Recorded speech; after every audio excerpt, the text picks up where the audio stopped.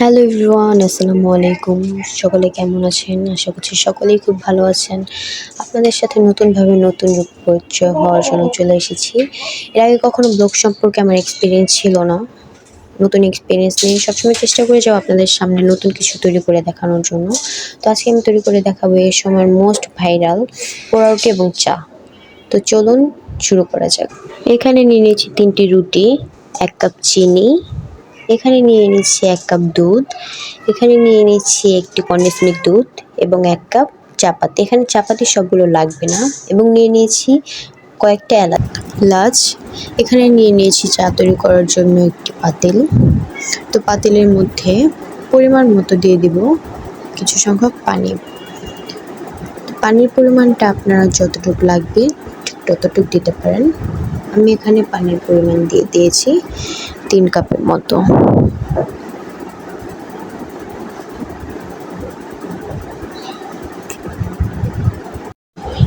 এখানে আমরা চা তৈরি করার জন্য গুঁড়ো দুধ গুলিয়ে নিব।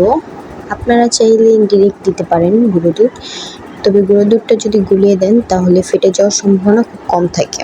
অনেক সময় দেখা যায় যে গুঁড়ো দুধ যদি আমরা ডিরেক্ট পানির ভিতরে দিই তো দুধটা কেমন ছাঁকা ছাঁকা ধরে যায়, যার কারণে চাটাও খুব সুন্দর হয় না। যার কারণে আমরা এখানে গুঁড়ো দুধটা গুলিয়ে দিলেই ভালো মনে করি। তো প্রথমে আমার গুঁড়ো দুধ কিছুটা কম হয়েছিল, তাই জন্য আবার দিয়ে নেড়ে নিলাম। তো গুঁড়ো দুধের পরিমাণটা আপনারা যত দেবেন চা খেতে ততটাই মজা হবে। এখানে আমি ৩ থেকে ৪ চামচের মতো দিয়ে দিয়েছি। যেহেতু আমি ২ কাপ পরিমাণ চা তৈরি করব, সেহেতু আমি ৩ থেকে ৪ চামচ পরিমাণ গুঁড়ো দুধ দিয়ে দিলাম। তো গুঁড়ো দুধটাকে আমরা খুব ভালো করে নেড়ে নেব। কিছুক্ষণ নাড়াচাড়া করার পর পানির সঙ্গে মিশিয়ে দিলাম। দেখতেই পাচ্ছেন গুঁড়ো দুধটা কতটা সুন্দর হয়েছে। আমরা যে কোনো কিছু তৈরি করার সময় যদি গুঁড়ো দুধটা পানির সঙ্গে বা যে কোনো কিছুর সঙ্গে যদি ডিরেক্ট না দিয়ে যদি এভাবে অন্য একটা পাত্রে গুলিয়ে দিই তাহলে দুধটা দেখতেও সুন্দর হবে। তো এখানে ৩-৪টা এলাচ দিয়ে দিলাম। এলাচ দিলে দুধের অন্য একটা ফ্লেভার আসে, যার কারণে খেতেও খুব টেস্টি হয়। তো এটাকে আমি চুলার উপর বসিয়ে দিলাম। ৫ থেকে ৭ মিনিট জাল করার পর চা পাতি মিশিয়ে নেব। ৫ থেকে ৭ মিনিট জাল করার পর দুধটা বলক আসবে এবং উপর দিয়ে দেখবেন মালাইয়ের মতো সর পড়েছে, যার কারণে চাটাও সুন্দর হবে। তো দেখতে দেখতে এখানে বলক এসে পড়লো। তো এখানে আমরা মিশিয়ে নিব চা পাতি। এখানে আমি চা পাতি নিয়ে নিয়েছি ১ কাপ পরিমাণের মতো। এখান থেকে ৩ থেকে ৪ চামচের মতো চা পাতি আমি দিয়ে দিব। চা পাতি দেওয়ার আগেই দুধের যে সুন্দর একটা রং চলে এসেছে। আপনারা যদি দুধটা গুলে দেন তাহলে এইভাবে রং আসবে। দেখতে পুরো হলুদ হলুদ হয়ে গিয়েছে, মনে হচ্ছিল যে জাফরান দিয়েছি। তো চাটা হতে হতে আমরা রুটিটাও তৈরি করে ফেলি। এখানে আমি রুটির উপর কনডেন্স মিল্ক দুধ দিয়ে খুব ভালো করে মিশ্রণ করে নিব। কনডেন্স মিল্ক দুধটা দিলে কি হয়, রুটিটা খেতেও খুব স্বাদ হয় এবং আমরা উপর দিয়ে যে গুঁড়ো দুধটা ইউজ করি সেই গুঁড়ো দুধটা খুব সহজেই বসে থাকে। আর গুঁড়ো দুধ যদি আপনারা এভাবে দিতে যান তাহলে দেখা যায় কি অনেক সময় পুড়ে যাবে বা উড়ে চলে যেতে পারে, কারণ গুঁড়ো দুধটা তো আপনার গুঁড়ো গুঁড়ো হয় না, যার কারণে ধরে রাখতে অসুবিধা হয়।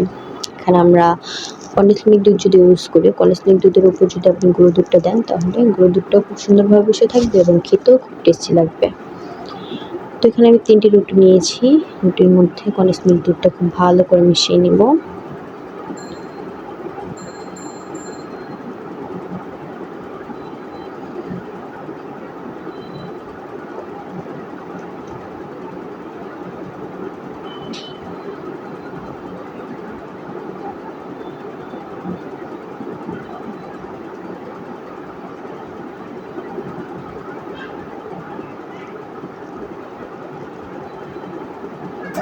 কনডেন্স মিল্ক দুধটা দেওয়া শেষ হলে এখানে আমি উপর দিয়ে গুঁড়ো দুধ ছিটিয়ে নিয়েছি।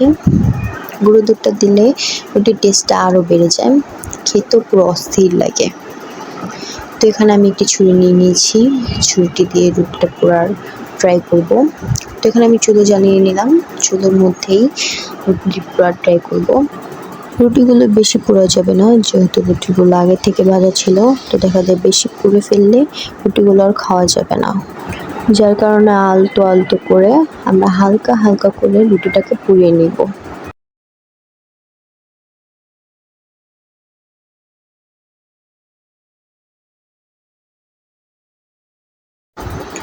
এখানে রুটিটা হতে হতে চলুন দেখে আসি চায়ের কি অবস্থা।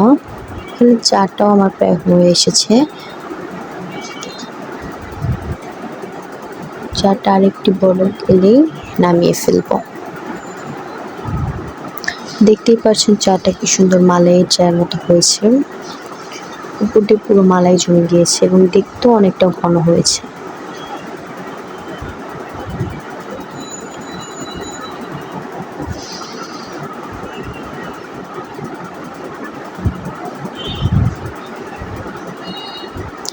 এখানে আমার চাটা বলক এসে পড়েছে।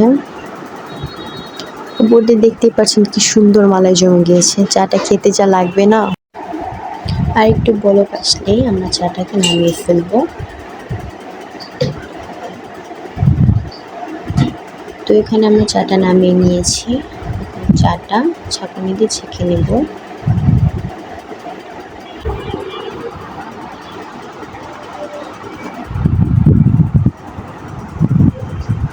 চাটা ছাঁকা হয়ে গেলে এখানে আমি চিনি মিশিয়ে নেব, যেহেতু আমি রান্না করার সময় চিনিটা দিইনি। আর সবসময় খেয়াল রাখবেন চা রান্না করলে রান্না করার সময় কখনো চিনি দিবেন না, চাটা নামিয়ে দেন চিনি দেওয়ার ট্রাই করবেন। তো এখানে আমি চিনিটা মিশিয়ে নিলাম। এখানে আমি 1 থেকে 1.5 চামচ চিনি দিয়েছি। যেহেতু রুটির মধ্যে কন্ডেন্স মিল্ক দুধ দেওয়া, সেহেতু চায়ের চিনির পরিমাণটা কম হলে ভালো হবে। তো কেমন লাগলো আজকের এই মোস্ট ভাইরাল রেসিপিটা? আশা করছি সকলের কাছে ভালো লাগবে। যদি ভালো লেগে থাকে লাইক কমেন্ট করবেন এবং আমাকে সাপোর্ট করবেন। আপনাদের সাপোর্টের কারণে আমি মনোবল পেয়ে সামনে আরও ভালো কিছু আপনাদের সামনে উপস্থাপন করার ট্রাই করব। তো ভালো থাকবেন সবাই। আসসালামু আলাইকুম।